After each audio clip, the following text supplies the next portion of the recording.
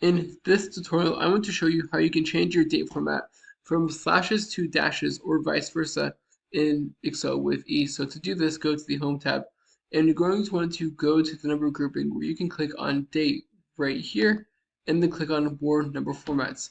Now, one option is to go to date and then filter through the different date options that are available, but this might not necessarily meet your needs. The easiest way that I have found is to go to custom, and as you can see, the date format is right here, month, date, year, which the number of letters for each grouping dictates the formatting that is present in your date. But to do this, you can simply change these slashes to dashes and click OK. And now it is for dash 11 dash 126.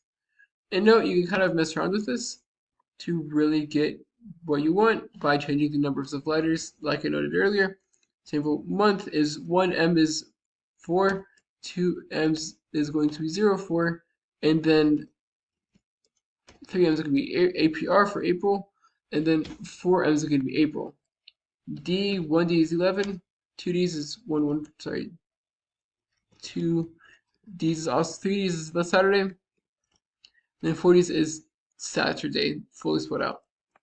And then year, YYY is 2026, Y or YY is 26, but YYY is 2026. That's it. I hope you found this to be helpful. If you did, like, subscribe, comment. Thank you for watching. Have a great day.